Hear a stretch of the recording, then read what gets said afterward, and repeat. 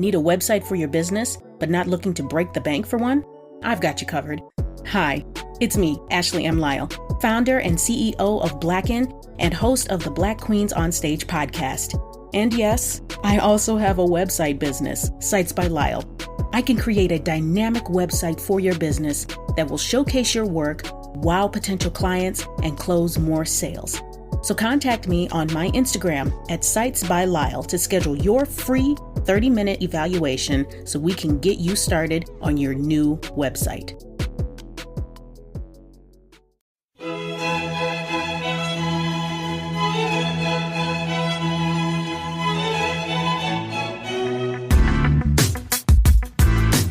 Welcome to the Black Queens on Stage podcast, presented by Black Literature and Art Queens Network, where we bring our queens to the stage.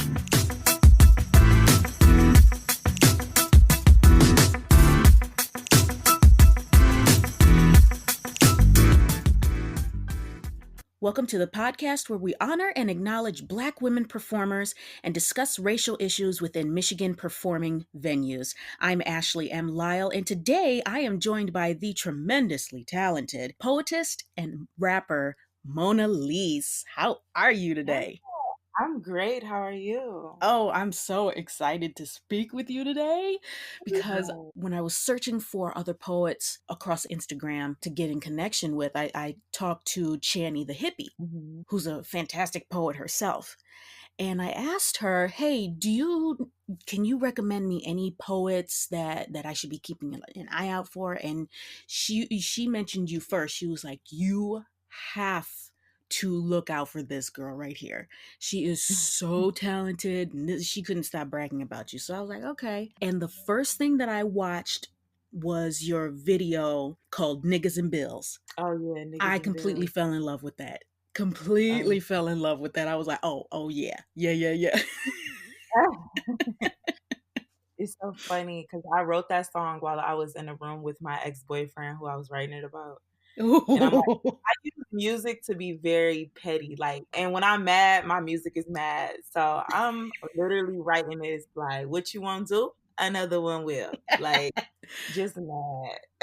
That's great. Hey, I mean, and I love it when I hear artists express their feelings, and I really love it when they get petty in their music. I love that. And that's wrong for me to say that, but it's a good way to really get it out without actually dropping anyone's name. Yeah. You know, and it's particularly when it comes to love interests. You know, they hurt you. What better way as an artist to let it out but through your work? Yeah, it's no better way. It's gonna bleed over. Emotion's gonna bleed no matter what you think. Like if you're a true artist, if you're happy, your art might be a little bit more happier, or any type of art, whether that be, rapping, poetry, painting, it don't matter. Clothing, probably might wear a little bit more darker colors. Like whatever you do to express yourself, your emotions gonna bleed over. Exactly. Well, let's formally get started with this interview, shall we? Yeah. All right. So explain to me what inspired your name. Monalyse. I've been going by Well, it started off as Mona Lisa, then it changed to Monalyse, but I've been going by that name since I was 17. It really was just like me going through phenomenal women through history, and I'm like, I want to name myself after like something that everybody knows. And I was just like, oh, Mona Lisa. Everybody knows Mona Lisa.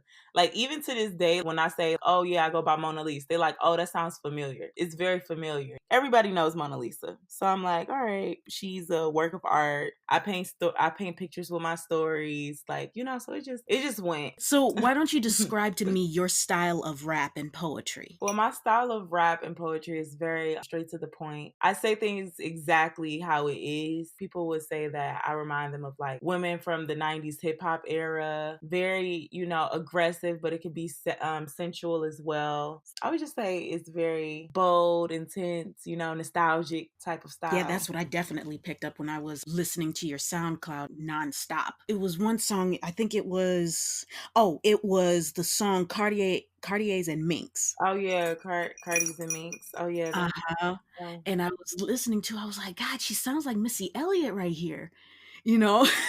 Yeah. And I was like, wow, this is like really good. Just about every single song, your features, everything is just you just sound so fantastic. The words that just come out of your mouth, it just sounds so fantastic. And the way that your flow is just out of this world. Oh my God, thank you so much. Like, yeah. I pride myself on having a good flow. If I don't have nothing, I'm gonna have a flow.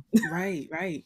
So explain your writing process. Like where do you draw your inspiration from? Well, it's really from just like I listen to the beat and whatever the beat is feeling, then I come up with that first line. And usually the first line sets the tone for the whole song. And I just build off of that. I just need like really just one good first line and then I'm off on whatever I'm writing about, whatever that may be. Most of the time I write about relationships or connections or, stuff like that. So I just keep going and I just think of a situation and I just keep adding lines that goes with the situation at hand that I'm talking about. Do you have a favorite song of the songs that you've created or songs that you've been featured in? A favorite? I really don't have a favorite. I really make my music. I record it. I listen to it probably every day for a week, and then I don't listen to it anymore. Oh, okay. Yeah. That's interesting.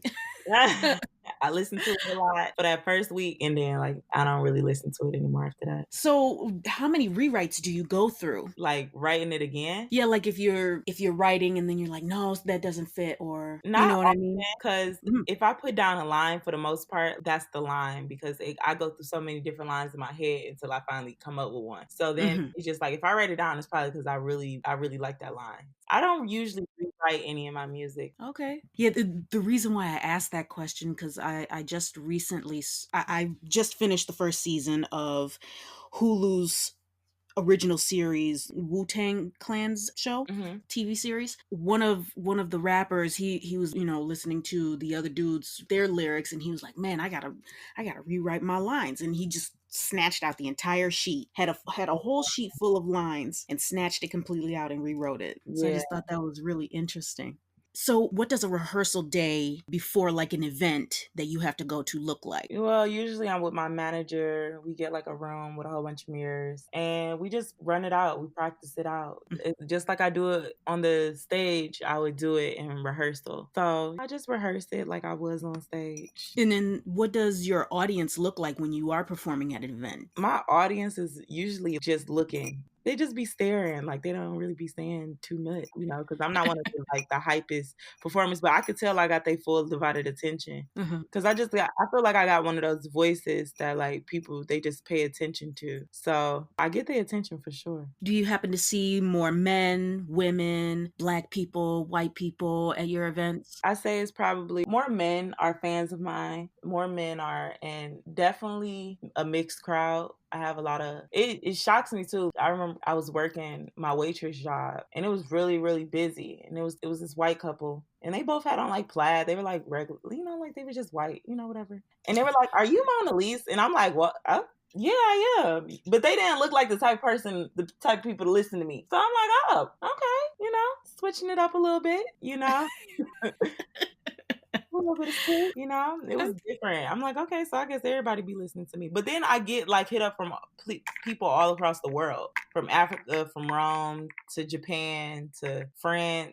People hit me up from all over the world talking about, oh, I love you. Switzerland, I just did a song with somebody from Switzerland. They just hit me up. Oh wow, that's interesting. What was that like? It was very interesting. The whole album was in a different language except for like my verse, but they hit me up and they're like, yo, I really love your music, da da da da. Like, would you mind being featured on this project? And I'm like, yeah, I would love it. What was the name of the artist? What was his name? His name was Zamigos. It's Zammigos. Oh, that's Zamigos. interesting. I'm gonna have to look for that. Well, speaking of your waitress job, is performing your full-time career? Well, now it is, yeah. Like ever Okay. since the pandemic happened, I had to leave my job. Even though they opened up again, it was just like it's not worth it. And I quit 2 weeks prior to when they really shut down again. They shut down twice. A lady got corona there, so I'm like, ooh, I Mm, don't. right. It's Mm-mm. not healthy to be a waitress right now. Right. Exactly. Oh no. So how did you find balance between your artistic career and your waitress job? Oh, because I always put music first. Like, even if I had to work, I'll let them know. Like, just so y'all know, like, I'm doing this show on this day. So if I get in trouble, that's what it is. Like, I wouldn't care. I don't care what y'all about to do, but I got this show on this date. So, y'all figure y'all stuff out. And that's just how I Right. was, but I tell them in advance, like, just so you know, I got this, that, and the third going on. And I never work Mondays or Tuesdays. I didn't care what was going on. That was my sacred days. I'm like, I'm not working Mondays and Tuesdays. So So did you find support from like management or even other coworkers? yeah, everybody was pretty supportive. I feel like everywhere I go, people are really supportive of what I do, like as an artist. I feel like That's being an really artist good. is like a different, I mean, it's not different because there's so many people that do it, but it's like an interesting thing to do. So people are always excited. Like if I tell people, oh yeah, I'm a rapper, they're like, oh wow, that's so cool. People are really Hmm. amazed by rap. Yeah, I mean, I feel like poetry and rap is just such a depth of intellect that you got to be like almost one in a million to be that type person. I'm so jealous of poets and rappers and people who are lyrically intelligent because a friend of mine, he's very intelligent, and he and I, we just actually did a Black Actor Conference series Mm. where we talked about racism in Michigan theater. And he helped me a lot. And we came together and put this whole conference on. And he wrote a 10 to 11 page statement about what theaters in Michigan need to do to move forward from anti-racism. And he pushed it out within a matter of like maybe 2 days. And I'm like, are you serious? And it Yeah. was so thorough. It was so thorough. I was like, you have no idea how jealous I am because I would have loved to have made something like this myself. Yeah, I feel like being lyrically gifted is amazing too. Like, I didn't know that I had this gift until I was like, I want to say, I wouldn't even go as far as like 7. Like Mm, I was making up my own songs. I didn't think nothing of it. I thought everybody make up their own songs. Like you a kid, you like, all right. I remember too, like I was never shy. I would always sing. People would be like, sing. And I would like sing for people without being shy. I actually enjoyed it. Like when adults would be like, sing or, so that was like my first little sense of being on stage is singing for people who asked me to sing. So I'm okay. I like that feeling. So then around 13, 14, I started rapping because I had a friend at the Boys and Girls Club and she was rapping at like 14. And I'm like, that's so cool. I never seen nobody, especially like no girl just rapping. She just had rap. I remember she had this one rap where every word was like eliminated. It ended with aided or something. It was like eliminated, complicated, dedicated. It was something where it was just, I just thought it was the coolest thing ever. So I started making my own raps. In high school, I was known as the rapper girl. And at the Boys and Girls Club, I was known as the rapper girl. And the older I got, I just kind of brushed up on my skills and got really good at it. It just mhm. kind of unfolded like that. I never thought it was nothing that was going to be a big part of my life until I graduated high school. Because I'm like, I'm not about to risk my life to be a rapper. I'm not about to just give my all to something that's, you can't see or it's no particular pathway. Like it was just a scary thing to me. But after high school, I figured out it was definitely worth the try, give my all to being a rapper because it would definitely pay off in the end. Well, it's paying off right now. I mean, you Yeah. got the chance to be a part of Pusha T's 1800-minute series. It was a series, right? Or was it an album and just a film? It was an album and a film, and we Okay. did like 2 shows. So it was Yeah. really interesting. I really did enjoy that experience. Yeah. Let's switch gears a little bit, and I'm going to ask you a bit of a serious question. Hmm. So, as a Black woman in a male dominated industry, what kind of obstacles or challenges have you faced because you're Black and a woman, and how did you overcome them? Well, I would say the biggest obstacle is before they hear me rap, like the studio, they kind of overlook. I get the question of who you come here with, like, cause I couldn't possibly be here by myself. They overlook, oh, you a rapper, oh, or like if they hear I'm a rapper, they'll like kind of already put me in a box in their head of what I would sound like, or they'll underestimate me. But I feel as though like as soon as people hear me rap, they understand that it's real talent. So I feel like after they hear me rap, I get a lot of respect from men. Men are very respectful to me when they hear me rap. Like even the way they come at me in the DMs, or they be like, hey queen, or what you feel about this, or what it's all respectful. They are very respectful, when they hear me rap. They don't come at me crazy,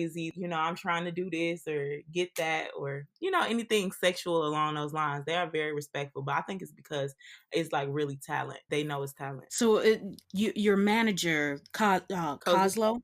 Cozy. Cozy Low? Mm-hmm. You have a female manager. Yeah. Does it feel like having a female manager where other production companies or other studio, do they give you guys a hard time because one, you're a female artist and two, she's a female manager? No, we actually slip through a lot of doors being females. It actually works to our favor. You know, like, Mm, I feel like being a female actually helps us, honestly, because we can slip through the doors that I would say two guys couldn't slip through because we're females. We're not necessarily a threat, I guess. But, mhm, you know, being a female, people are more comfortable to be, men are more comfortable to invite you into their environment without, you know, going through too many questions and too many who are you, who you from, where you from, who you riding with. But like two women, you'd be like, oh, okay, yeah, come on, what y'all doing today, or what y'all got up, or it's just easier, mhm, I think, being a female in certain areas. But I feel like the talent really speaks for itself. People, they want to help, and then me being a female, I feel like it makes it that much more interesting. So I feel like I use it to my advantage. Well, it's an advantage for me in my eyes. But mhm, you know, I would say the only negatives that I could really think about is people that you work with trying to blur those lines a little bit. You get close to your engineer, you get close to your producer, you spend all this time with them. People be catching feelings, you know what I'm saying? Like that's just mhm, natural. That's like you going to school with somebody, or you having a coworker, or you spend all of that time with somebody. It's easier to blur the lines because I'm a woman versus, you know, if I'm a man spending all this time with you in the late wee hours of the night. But since I'm a woman, sometimes they might, you know, they might try it. But one thing about me though is I can set a boundary now. I can let it be known like what's going on, like what you trying, like what are you doing, like this not that, you know. So I can, mhm. I can set a boundary.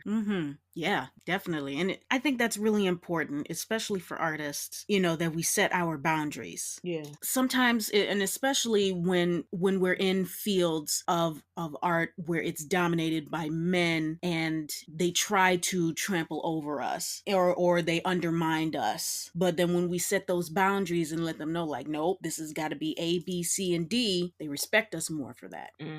They do respect you. And I be trying to tell Hmm. girls that too. Like, you do not have to do all that extra stuff for studio time. It's some girls who they really think if I be real nice to the engineer, if I like do this, he might give me some free studio time. It don't even work like that for real. Like, it's Right. just, you don't have to do all of that. It's very unnecessary. Right. So let's switch back gears to talking about the project that you were on with Pusha T. Let's talk about what that was like. What was that like? Like that had to be such an exciting moment for It you. felt like a dream or something. It felt like a different world. Because, first of all, they flew me out to Beverly Hills for 10 days. And I was staying at the Sophie Hotel. And we was recording at, I forgot the name of the studio, but it was down the street from the hotel. And it was the same studio Michael Jackson created Thriller out of. So That's amazing. I'm like, okay, this is crazy as hell. First of all, because I've never been to California, but then the first time I go to California, I'm staying in Beverly Hills, recording at the same studio Michael Jackson made Thriller out of, and all of these people are at my beck and call. It was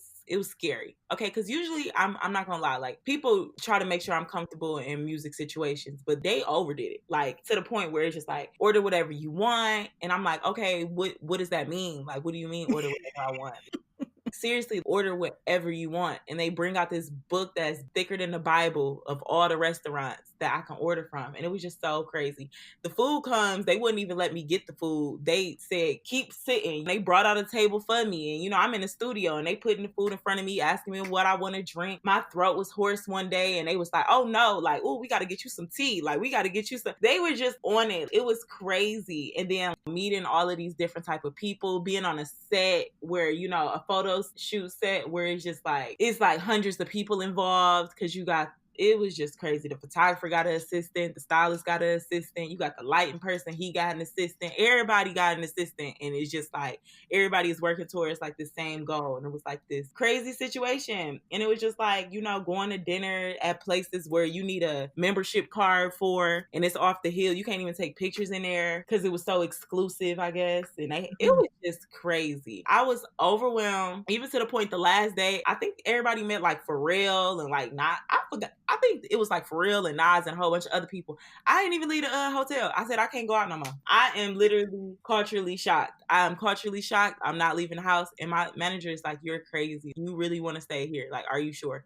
I'm like, "Yes. I just want to sit still." Because literally, I was out there for 10 days, but they made me work every day. It wasn't just chill, relax. No, I had to put work in every single day. So, and then after I flew home, I had to fly right back out because we doing a show in New York. 2,000 people. It's press rooms. You got BT, Complex. They all like trying to like, "Oh, Monalyse," or, "Oh, da da da da, can I talk to you?" Da da da. It was very crazy. You know what I'm saying? So Oh wow. So the whole project with Pusha T, it was first you guys were in Miami and then you guys shot out to New York City for a show. well, first we were in California, and then we shot out to Mm. New York for a show. And then after that, we did a show in Detroit because me and Sam Austins are from Detroit. So they kind of did it because we are from Detroit and the CEO of 1800 is from Detroit. So that was kind of why they did it here.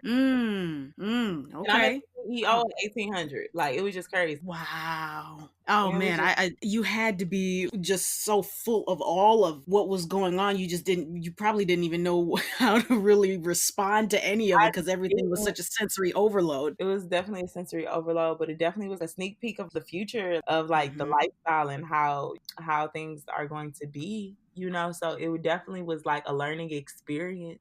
It Mhm. taught me like my social media is not as big as I thought it was because I get socially tired quick. So I'm like, people are like, "What's wrong with Mona?" I was fine, but it was just so much at every second. Like we leave from one spot to another spot to another spot. Like I felt like I don't know, like I just was getting pulled in every direction. So was the workflow different than what you're normally used to when Hell, creating yeah, it the was music? different. Everything is on a schedule, because you pay for all of the time that you use. So everything is paid time. The photo shoot, the warehouse, the studio, everything is a select time frame that you have. So even as far as the meeting, the rehearsals, like you have to be New York was the worst. I was late a lot in New York because I didn't understand and I underestimated New York traffic. I was late almost every meeting, every rest. I was I was late, okay? I was late in New York. I've visited New York twice, and man, the first time I went, I underestimated it as well. But the second time, I was oh so ready. I was backpacking it everywhere. I was walking everywhere. Mhm. Mind you, I was in New York by myself. Oh, wow. Yeah. But the first time I went, I was thinking, I'm gonna get a taxi cab, I'm gonna get on the subway, I'm gonna do this, I'm gonna do that, Yeah, not realizing how much time that really sucks yeah. away from when you're trying to actually get somewhere. So, describe a moment when you got the chance to work with a diverse group of people. A lot of times when I do work with white people, it just be behind the scenes stuff. The producer or they be the photographer or like the behind the scenes person. Mhm. But I don't think my who I work with is that diverse yet. I feel like the people in my circle are pretty much the same type of people. Well, I want to talk a little bit about the some of your songs. First of all, I would have to say my personal favorite of yours is "Ooh La La." I absolutely love "Ooh La La." That's just my type of song where it's something that'll definitely get me jumping and dancing around. So, tell me how "Ooh La La" came about? Okay, see, Ooh La La I was at the studio coming up with Diligence or whatever, and the producers, they were giving me an option to pick from 3 beats a day. Like they would play 3 beats and be like, "Which one to write to?" And I'd be like, "Oh, I guess I'm writing to this one." So the beat selection that particular day was all songs that I would never pick on a regular day, but it was from that selection. And Ooh La La, it was different. And I'm like, I can ride this beat, like. And then the first line I came up was like, "Put up to the party with a baddie, had a couple niggas at me. If you ballin', we could bet it up." And I just kept going off of that type of fast Peter Piper Pecker type of flow, like where it's just like, the words almost all sound the same. So that's Mhm. how I kind of came up with that. It was just kind of upbeat and it just made me feel like, ooh la la la. And I was actually like just listening to that before I got on here with you, and I'm dancing around my room, just having a good time with that song. Now, one song that just recently came out last month was "Dear America" Oh, with Melrose. mhm. Oh man, that's for those that are listening, if you have not heard this song yet, you need to listen to it. It's called "Dear America" with 3 Ks in America. Talk about the process of that. How did everything work out with that? Well, Melrose hit me up and she said, do you still do poetry? And I'm like, yeah, I still do poetry. She like, well, I need you to put a poem on this song that I'm working on called Dear America. And I'm like, all right. I literally wrote my verse in, I want to say 10 minutes. And I wrote Wow. the second one in like 15 minutes. It was very, very quick. It was very, very quick. It was almost like it was already written and I'm just writing it down. Like I wrote it very, very quick. But yeah, the Dear America is basically just, it's like if you were to write a letter to America, you know, and I kind of broke it down to where each color means something different to me. Then, you know, I just came up with my own definitions of what the colors meant to me. Yeah, that's amazing. The poem that you wrote for it was just astounding. And I'm listening to it because as I'm going through SoundCloud and I come across this one and I'm like, oh, I haven't listened to this one yet. So I listened to it and I was just absolutely amazed. One, by your poem, and then two, by Melrose's lyrics. And I'm just like, wow, this like deeper than anything that's come out so far this year regarding Black Lives Matter. It's a great song. A lot of white women hit me up after I dropped that song. It was Interesting. What was on the response from them? they were basically saying this, if you haven't listened to it, you gotta listen to it. Another white lady was like, you gotta something, I forgot what she said, but it was something about like the talent from the oppressed is something. I forgot what she said. But I didn't know to get mad at it or not. It was like borderline, like, what are you saying? It was something about, yeah, like one thing that does come from this is like the talent of the oppressed is something. She said something. I ain't replied, but it confused me. But yeah, it was a few of them that was hitting me up off of Dear America. Mm-hmm. So you have an EP out called Diligence. Why don't you talk to me about what Diligence is about? Diligence was like my first project for real coming out. Diligence, you know, I could do anything. You know, I can rap this type of way. I can rap any type of way. You know, I'm on Monalyse. It was great. It was a great experience. It was just a project to show like a little bit of range and just something Mm-hmm. different. And then with the project that you did with Pusha T, now you said there was an album and then a film. What was on the film? Because I didn't get a chance to see that. Well, basically, he was just talking about each artist and like what type and who they are to him. You know, Sam Austin's is like this. You know, Monalyse is a poet, and it's so crazy that everybody always calls me a poet. By the way, I am a poet now. Don't get me wrong, I am a poet, but it's just crazy because most people have never heard me spit a poem. Like I don't broadcast my poetry a lot. And Pusha T never heard me spit a poem ever, you know, but he was just like, she's a poet, you know, and everybody is like, you know, Mona is a poet. So I don't know if it's the raps that's giving poetry vibe or it gotta be the raps that's give off poetry vibes. Cause I do write poetry, but I don't have a lot of poetry out for people to even know that I am a poet. Mm-hmm. You know, so it definitely was, it was crazy. He was like, yeah, watch her on stage all day and just see where her mind goes. But the film was just like talking about each artist and hip hop.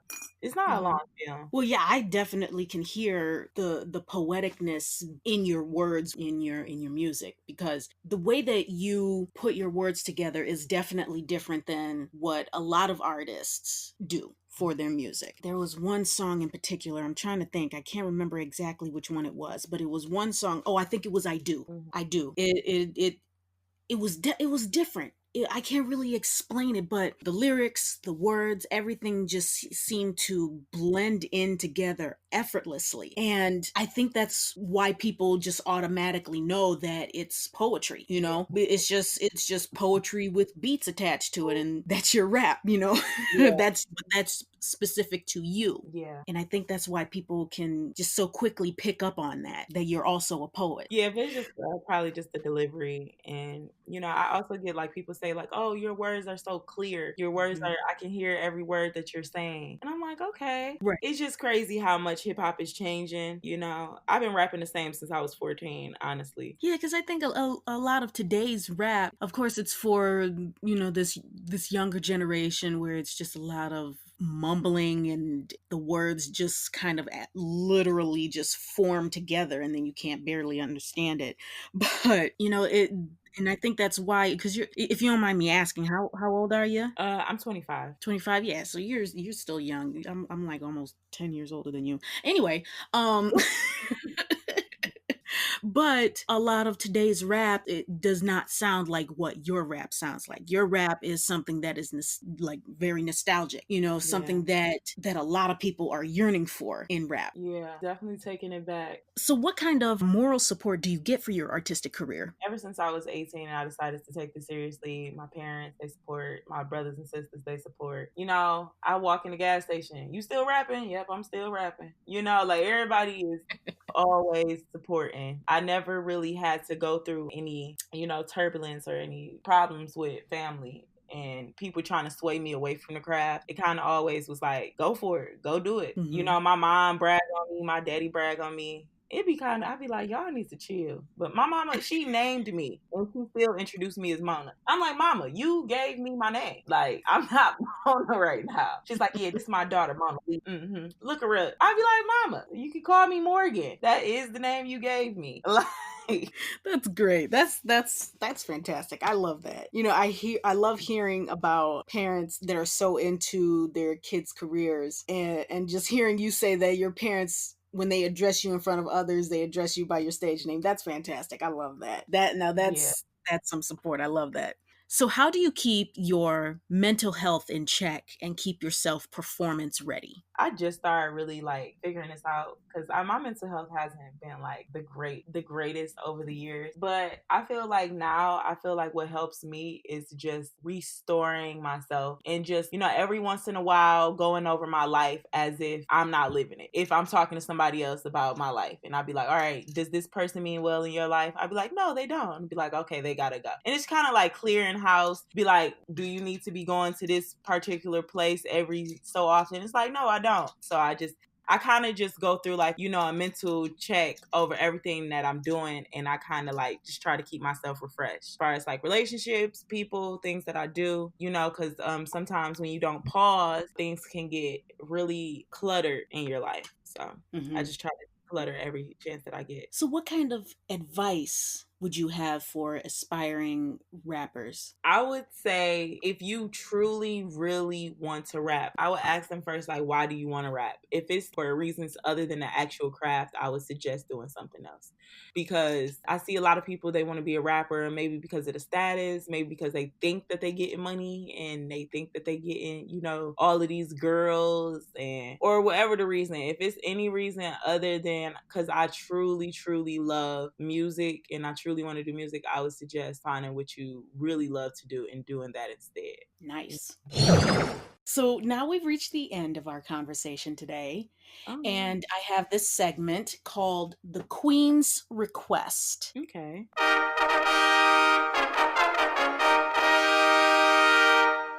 Okay, so I would like for you to suggest to me one or two Black Michigan women artists that we should be keeping an eye out for. Oh, okay. So I definitely would say Tiny Jack, TinyJag, and then I will recommend J Prime, JAYEPRIME.